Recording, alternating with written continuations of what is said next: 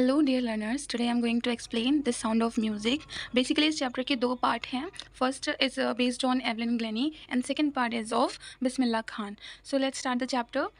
The sound of music. What is the meaning of the sound of music? देखिए, sound का मतलब होता है ध्वनि, ठीक है, और म्यूजिक किसको कहते हैं? संगीत को. तो बेसिकली इसका मतलब ये निकल रहा है कि संगीत की ध्वनि. Part 1. Evelyn Glennie listens to sound without hearing it. अब इसका क्या मतलब हुआ कि एवलिन ग्लेनी संगीत को या ध्वनि को सुनती है बिना उसको सुने. अब ऐसा किस कंडीशन में हो सकता है, ये हम लोग जानेंगे इस चैप्टर को पढ़ के. ये चैप्टर बेसिकली क्या है? बायोग्राफी है. ऑटोबायोग्राफी नहीं है, बायोग्राफी है. और जो बिस्मिल्लाह खान का है वो भी एक बायोग्राफी है. God may have taken her hearing, but he has given her back something extraordinary. What we hear, she feels far more deeply than any of us.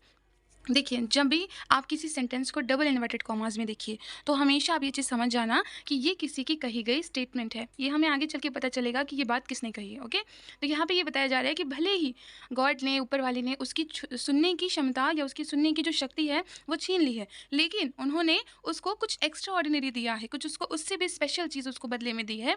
What we here, जो हम सुनते हैं, शी फील्स, वो उस चीज़ को महसूस करती है. Far more deeply than any of us, हम में से, हम लोगों से कई गुना ज़्यादा गहराई से वो उस चीज़ को महसूस करती है. That is why she expresses music so beautifully. इसी वजह से, यही कारण है कि वो संगीत को इतनी सुंदरता से व्यक्त करती है, उसे दर्शाती है.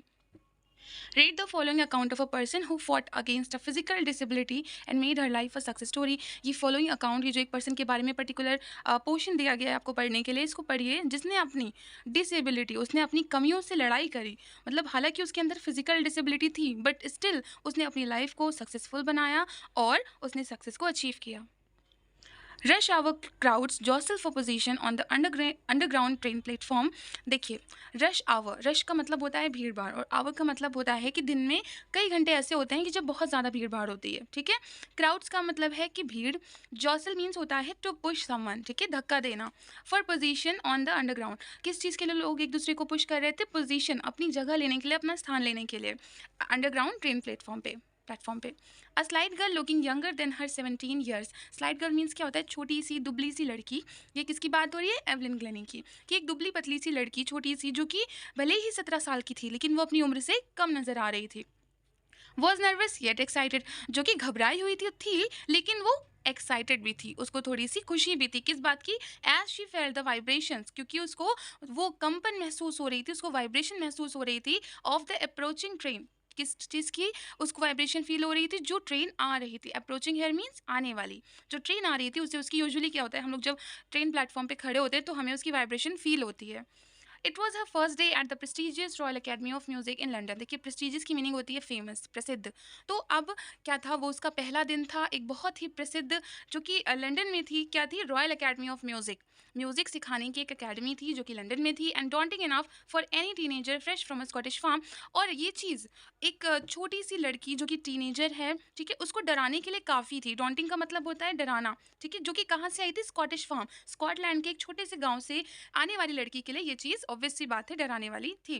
But this aspiring musician faced a bigger challenge. Aspiring का मतलब होता है एक ऐसा पर्सन जो किसी चीज़ को पाने की कोशिश कर रहा हो, ठीक है, उसे अचीव करने की कोशिश कर रहा हो. लेकिन ये जो गर्ल थी, एस्पायरिंग म्यूजिशियन थी, ये म्यूजिशियन बनने की कोशिश में लगी हुई थी. फेस्ड अ बिगर चैलेंज, इसकी लाइफ में एक बहुत बड़ा चैलेंज था. विच वॉज देन मोस्ट, सबसे कहीं लोगों से ज़्यादा उसकी लाइफ में एक बड़ा चैलेंज था. That was she was profoundly deaf. वो पूरी तरह से कंप्लीटली बहरी थी. Evelyn Glennie's loss of hearing had been gradual. Her mother remembers noticing something was wrong when the 8-year-old Evelyn was waiting to play the piano. देखिए, Evelyn Glenny की जो loss of hearing, उसकी जो सुनने की क्षमता धीरे धीरे घट रही थी, खत्म हो रही थी. हैड बीन ग्रेजुअल, वो अचानक से उसका सुनना बंद नहीं हुआ, वो ग्रेजुअल था. ग्रेजुअल का मतलब होता है ऐसी चीज़ जो धीरे धीरे हो, ठीक है. वो बाय बर्थ डेफ नहीं थी, वो धीरे धीरे डेफ हुई थी due to some reason which you'll no.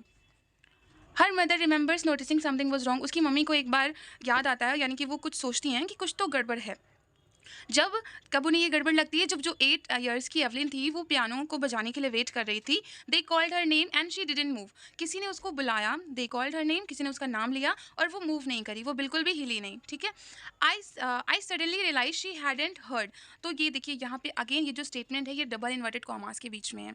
As I told you कि जब भी आप कोई ऐसी स्टेटमेंट देखो, कोई ऐसा सेंटेंस देखो जो डबल इन्वर्टेड कॉमास के बीच में है, तो वो किसी की कही गई बात होती है, ठीक है. Says Isabel Glenny. Isabel Glenny कौन है? ये एवलिन की मदर है। ये कहती हैं कि मुझे अचानक से ये महसूस हुआ कि उसने सुना ही नहीं। For quite a while Evelyn manage to conceal her growing deafness. कुछ समय तक एवलिन जो थी वो अपनी बढ़ते हुए बहरेपन को छुपाने में, कंसील की मीनिंग क्या होती है? छुपाना। कंसील करने में उसको थोड़ा बहुत कामयाब तो हो गई, उसने मैनेज किया।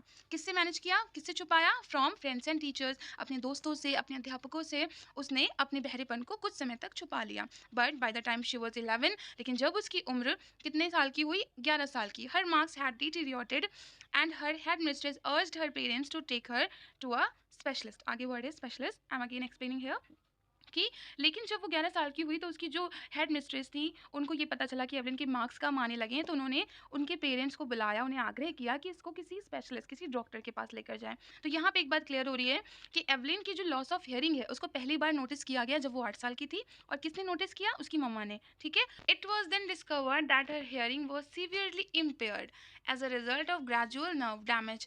इसके बाद ये डिस्कवर हुआ, ये बात सबको पता चली कि जो उसकी सुनने की क्षमता है वो सीवियरली इम्पेयर्ड हो चुकी है, वो बुरी तरह से क्या हो चुकी है? कमज़ोर हो चुकी है as a result of gradual nerve damage, क्योंकि उसकी एक नर्व उसकी जो थी वो डैमेज हो गई थी। They were advised that she should be fitted with hearing aids. उसको उसके मम्मी पापा को एडवाइस दी गई कि आप अपनी बच्ची को हियरिंग एड्स लगाइए। आप लोगों ने यूजुअली देखा होगा कि जो बूढ़े लोग होते हैं, जिनको सुनाई कम देता है, उन्हें हियरिंग एड्स लगाए जाते हैं, कान की मशीन कहते हैं उसको। As you can see in the picture, है ना, इसको कहते हैं hearing aids. And sent to a school for the deaf, और मतलब उनके पेरेंट्स को सलाह दी गई कि आप अपनी बच्ची को हियरिंग एड्स लगवाइए और इसको उस स्कूल में भेजिए जहाँ पे बहरे बच्चे पढ़ते हैं। Everything suddenly looked black says Evelyn. Evelyn कहती है कि अचानक से उसको सब कुछ बिल्कुल उसको अंधेरा दिखने लगा, विच मीन्स कि वो निराश हो चुकी थी, कोई होप उसके लिए नहीं बची थी। But Evelyn was not going to give up, लेकिन एवलिन हार मानने वाली नहीं थी। She was determined to to lead a normal life and pursue her interest in music. उसने ये डिटरमाइन कर लिया था, उसने ये निश्चय कर लिया था कि वो एक साधारण जीवन जिएगी और जो संगीत में उसका इंटरेस्ट है, जो वो बनना चाहती है म्यूज़िक के थ्रू, वो आगे चल के संगीत को सीखेगी और अपनी लाइफ को सक्सेसफुल बनाएगी। One day she noticed a girl playing a xylophone and decided that she wanted to play it. एक दिन उसने देखा कि एक बच्ची xylophone, as you can see here, यहाँ पे xylophone की इमेज दी गई है, इसी को बोलते हैं। ठीक है। तो उसने एक दिन देखा कि एक बच्ची xylophone बजा रही थी, तो उसने ये सोचा कि वो भी xylophone बजाएगी, क्योंकि वो बजाना चाहती थी उसको देखकर। Most of the teacher discouraged her, but percussionist Ron Forbes spotted her potential. कई सारे टीचर ने उसको डिस्करेज किया, मतलब उसकी प्रोत्साहन को अप्रोत्साहित कर दिया। He began by tuning 2 large drums to different notes. अब यहाँ पे ही कौन है? Ron Forbes. ठीक है। उन्होंने 2 बड़े ड्रम्स को बजाना शुरू किया, डिफरेंट नोट्स, नोट का मतलब यहाँ पे है ताल, की अलग अलग ताल पे उन्होंने उसे बजाना शुरू किया। Don't listen through your ears, he would say. Try to sense it some other way, says other way. तो जो रॉन फॉर्ब्स है उन्होंने एवलिन से कहा कि इसे अपने कानों से मत सुनो, बल्कि ये जो ड्रम की आवाज़ है इसको किसी दूसरे तरीके से महसूस करने की, सेंस करने की कोशिश करो। Says Evelyn, suddenly I realized I could feel the higher drum from the waist up and the lower one from the waist down.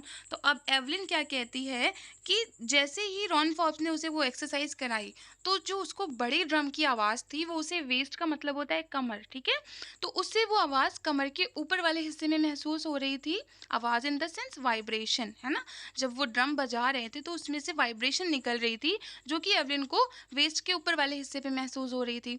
और जब वो लोअर ड्रम बजा रहे थे, जब वो छोटे ड्रम को बजा रहे थे, तब उसे उसकी वाइब्रेशन उसकी वेस्ट के नीचे वाले पोर्शन में महसूस हो रही थी।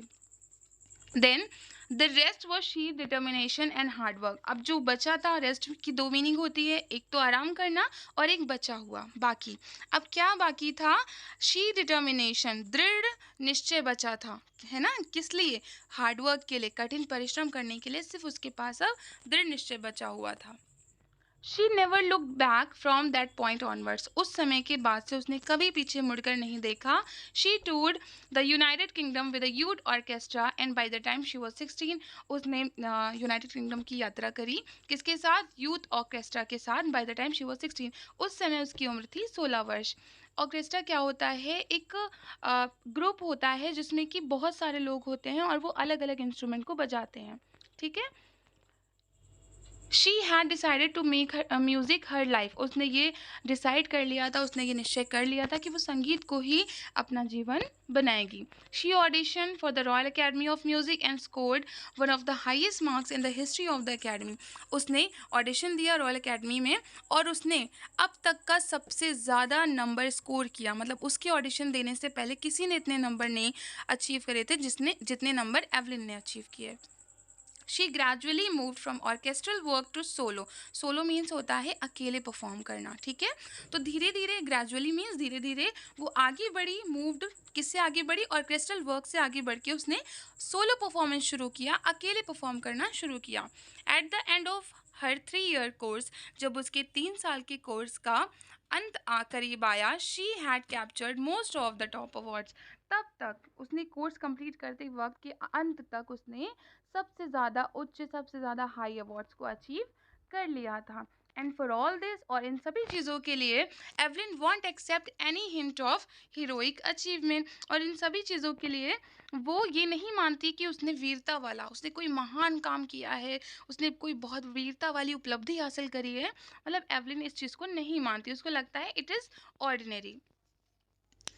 If you work hard and know where you are going, you will get there. अब अगेन ये सेंटेंस जो है ये आपका डबल इन्वर्टेड कॉमास में लिखा हुआ है, विच मीन्स ये किसी की कही गई स्टेटमेंट है, और ये कहा है एवलिन ग्लेनी ने कि अगर आप मेहनत करें, अगर आप कठिन परिश्रम करें और आपको पता है कि आप क्या कर रहे हो, आप कहाँ जा रहे हो, तो आप वहाँ तक पहुँच जाओगे। विच मीन्स कि आप एक ऐसा काम करो जो अच्छा भी हो, आपके लिए बेनिफिशियल हो, और आपको पता हो कि वो आप उसे प्रॉपर मैनर में कर रहे हो, तो आपको एक ना एक दिन अचीवमेंट ज़रूर मिलेगी।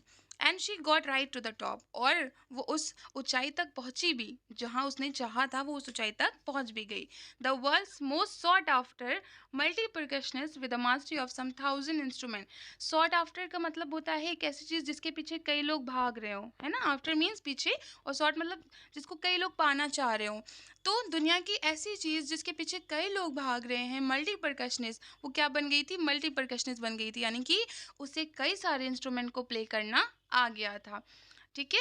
With mastery of some 1000 instrument, उसे लगभग हजारों इंस्ट्रूमेंट को प्ले करना आ गया था। And heroic and hectic international schedule, और उसका जो शेड्यूल था, शेड्यूल का मतलब जो उसने होता है ना, जो लोग बहुत फेमस हो जाते हैं वो अपना प्रॉपर शेड्यूल बनाते हैं, तो वो बहुत हेक्टिक रहा करता था, बिजी। हेक्टिक की मीनिंग है बिजी। 6 आपका पैराग्राफ है, it is intriguing to watch Evelyn function so effortlessly without hearing. Intriguing का मतलब होता है फैसिनेटिंग, ठीक है, लुभावित कर देने वाला।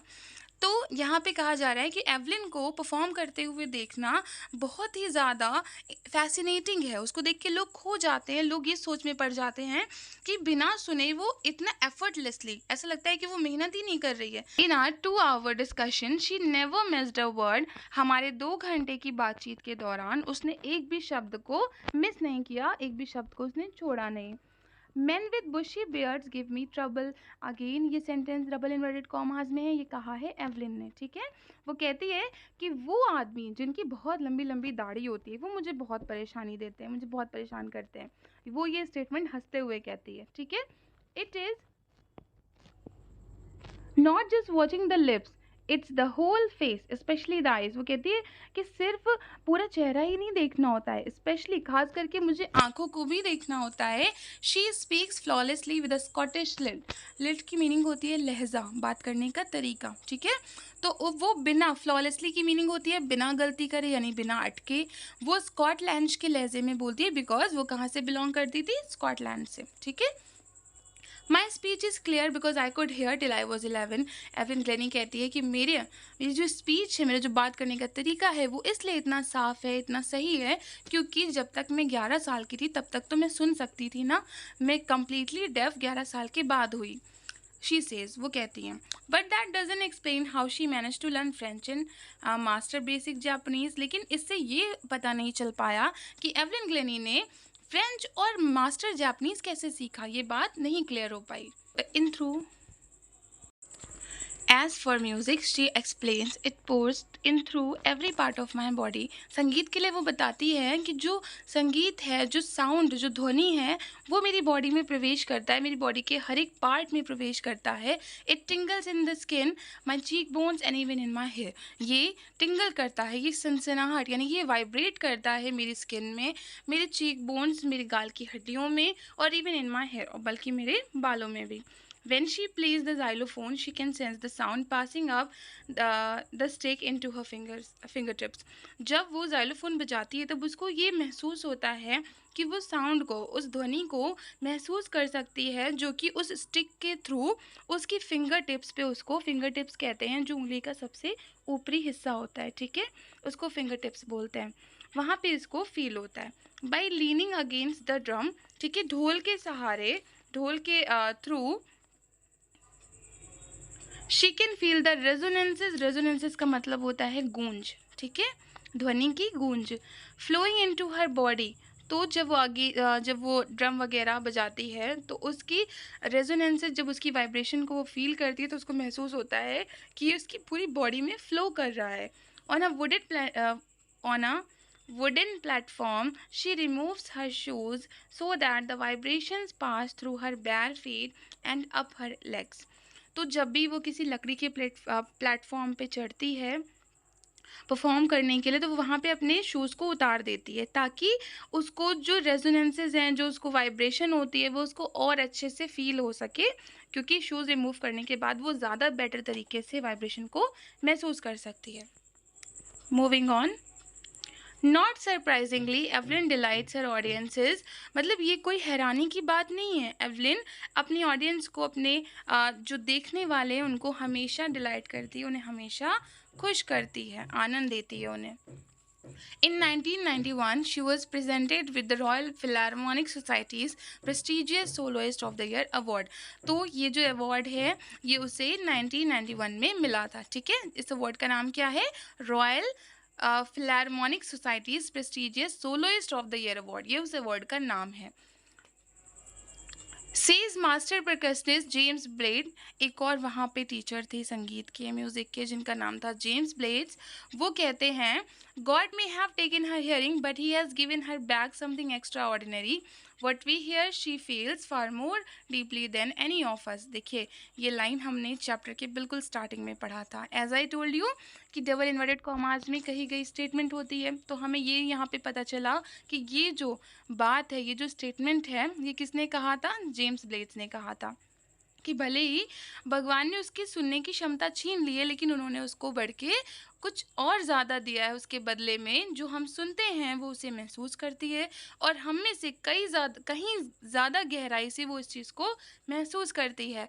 यही रीज़न है कि वो संगीत को इतनी सुंदरता से दर्शाती है, उसे दिखाती है.